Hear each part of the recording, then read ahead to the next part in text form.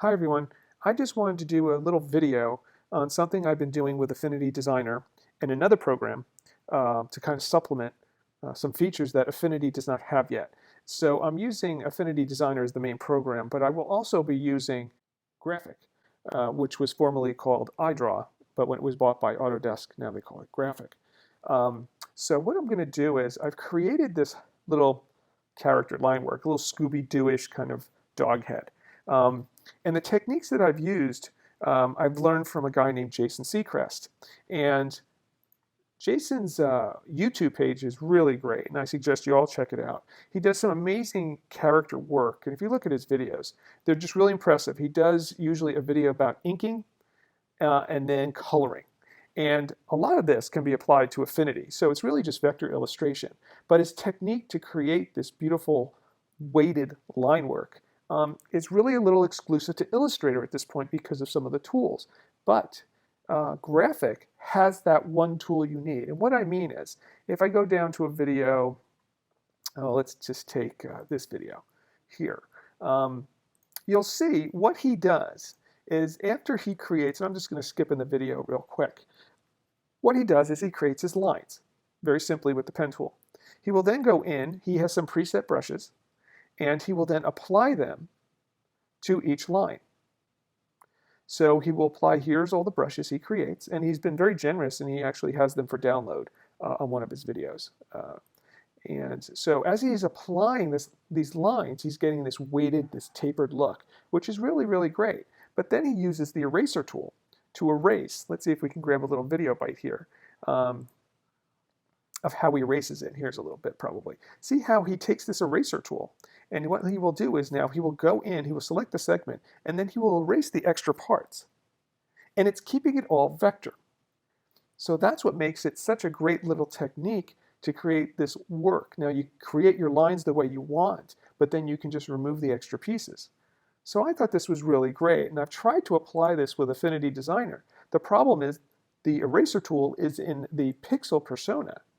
There is not one in the draw persona, which is your vector tools. So if you go ahead and use the eraser tool, it will then rasterize your line in that area. So when you finally render it, say to a PDF, it will be pixelated, and the other parts will be vector.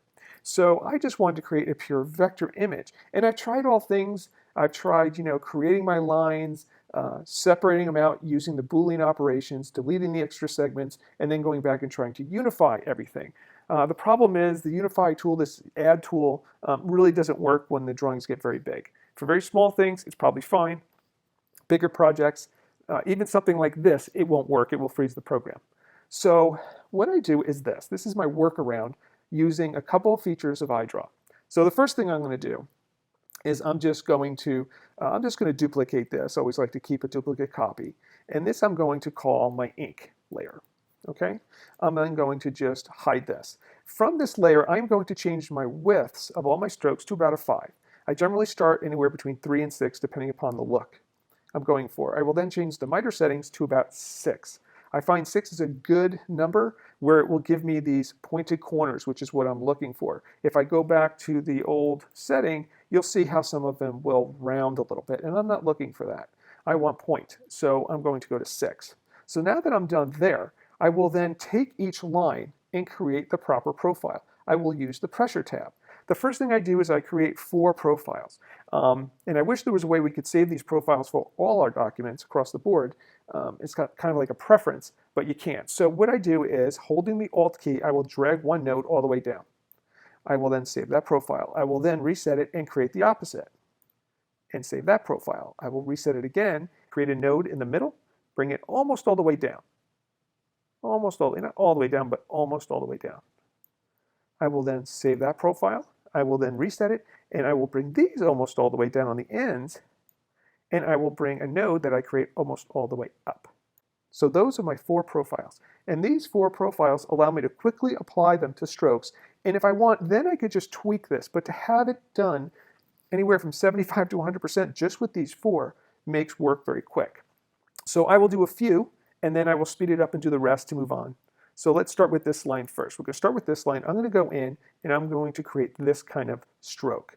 I want to raise it a little bit. That's kind of what I'm looking for, maybe a 6. Okay, then I'm going to say take this stroke above here, and let's create this kind of look. It's a little too thin here, so maybe I'll move this in, and maybe I will just favor this side a little bit. So now these strokes are about the same width, which is kind of nice in a drawing. Little taper coming from under the nose and then coming up here. Let's take the ear real quick, and I'll take this line here, and I'm just going to create that kind of look. If I want the ends a little thicker on one side, I could easily hold the Alt first, then raise it and see. Sometimes you just don't know what end it's going to do, but I'm going to raise this up just a hair. I'm then going to take this line right here, and I'm going to apply one of these. No, that doesn't look good. Let's take this one. I think that looks a little better. So now I have this. I'm going to now go ahead and speed through the rest of the drawing just to create this look with some of my presets.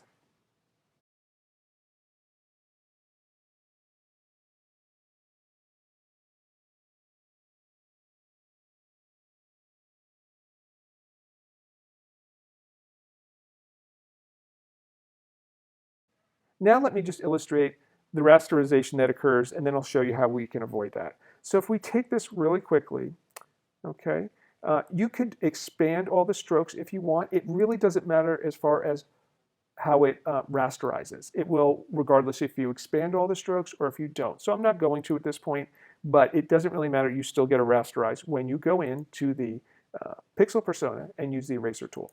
So now what I'm going to do is I'm first going to select a line, and we're going to zoom in. And what I'm going to do with that line selected is I'm going to use the eraser tool, which is the E shortcut. Shortcuts are really important. And I'm going to actually dial it down quite a bit. I always adjust the hardness to 100.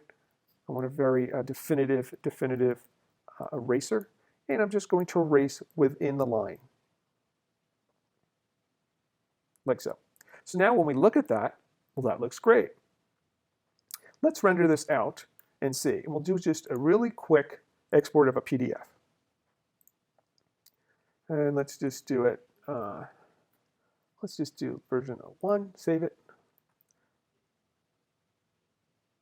Now I'm going to the folder, and I'm going to find the PDF, and here it is.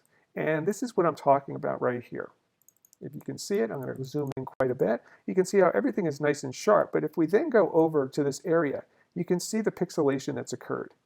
And for some illustrations, this isn't a big deal. Some of you might not mind this. It depends what you're doing with your final image. But if you really want to create the crisp vector, then this isn't going to do. So let's go back, and let's just undo a few times and get back to what we want here. So now what I will do is I will go and I will now select the dog head, and I will export it. But I'm going to export it as an SVG. And I'm not going to change any settings. I'm just leaving everything as it is. And this is going to be dog one, and I'm just going to put from Affinity Designer. So we can keep everything straight. I'm now going to go into Autodesk Graphic. I'm going to open the file in the folder. Here it is. And open. And I'll center it. And here we are.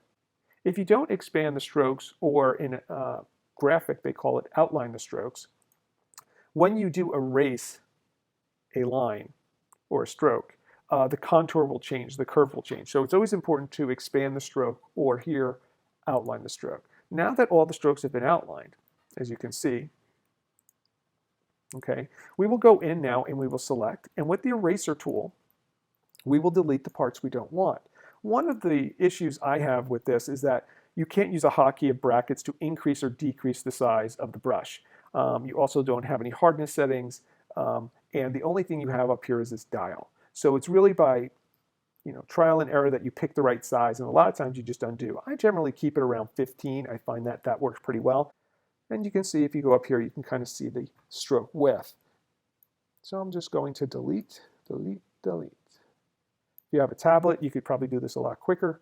And there you go. And that's really what you're trying to create. That is a pure vector erase. So now I'm going to speed up the rest of it, where I erase all the extra parts I don't want. And then we're going to unify before we bring it back to Affinity Designer.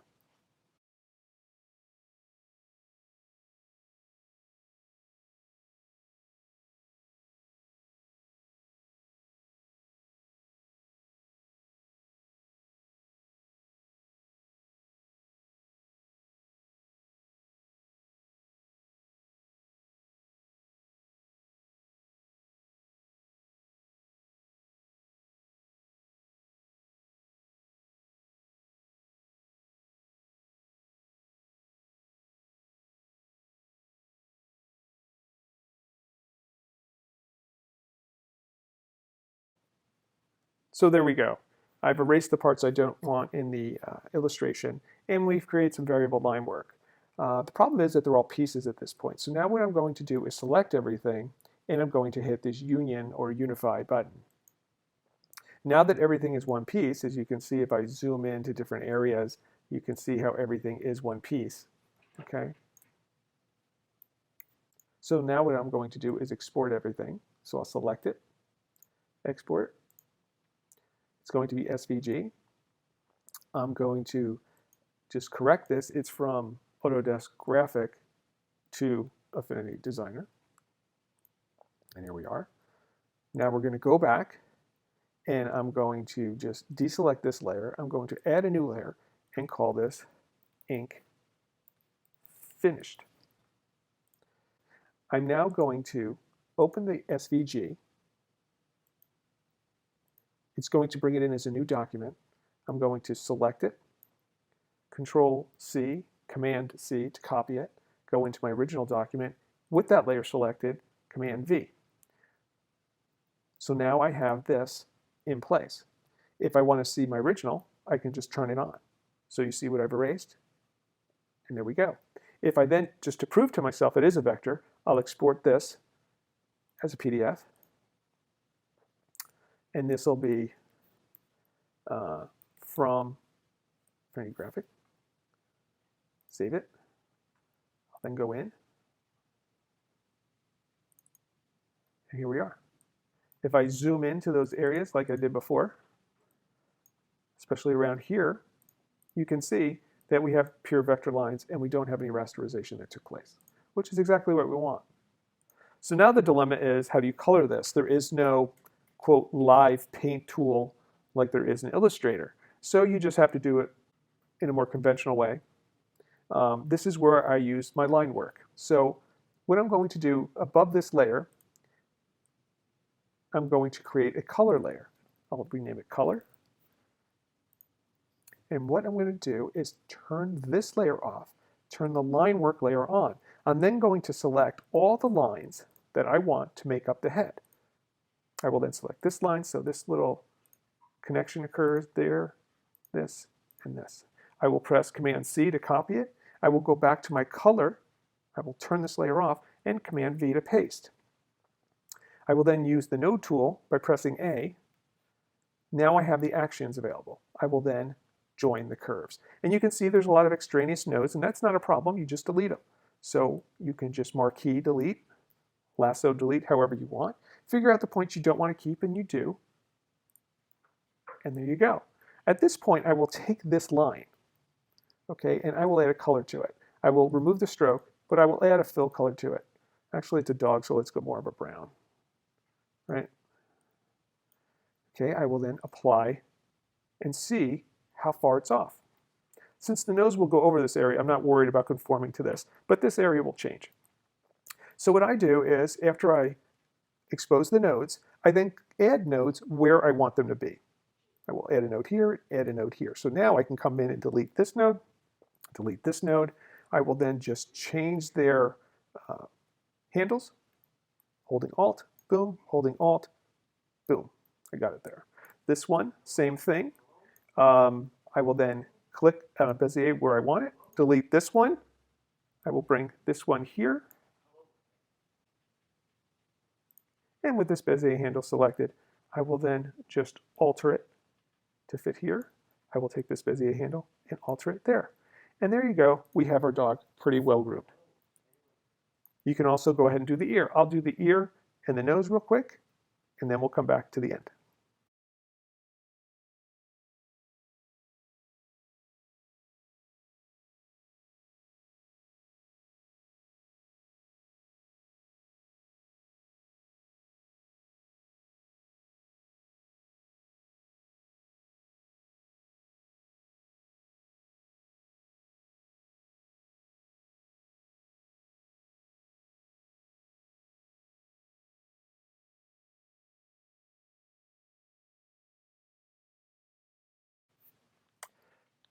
And there you go. So the process is basically copying the line work, bringing it back, joining the lines, adjusting any node that you need to, and then coloring it. From here, you can apply different gradients. You can do whatever you want. You can create some eyeballs and go from there. But that's basically the workflow. So there you go. I hope this was helpful, especially if you like doing this kind of line work and then being able to fill it. If you just use the graphic application for erasing your vector lines and then unifying everything, you can then bring it back into Affinity Designer to do the coloring. One of the things I don't like about Autodesk Graphic is you, in creating a line like this, okay, I can't then go back to the node tool and bend the line. I have to actually go hit the points and use the handles, and that gets very tedious and tiresome. And we know a lot of the tools in Affinity Designer are much better that way. The overall application and really just the interface is a dream to work with. So thanks, Affinity Designer. And I really look forward to them implementing the things I see on their roadmap, such as, you know, a fill tool, kind of like a live paint tool like Illustrator has, where you can just pick a color and click these enclosed shapes and color them. Also a vector eraser tool. I think those things are invaluable, especially if you need vector graphics. If you're not really that concerned, like I said before, and you're not concerned about being rasterized, I mean, there's ways to overcome that with you know, your DPI settings and making an exceptionally large image. But if you need vector, this was the workaround that I thought worked pretty well and pretty straightforward. So hope it helped, and thanks again.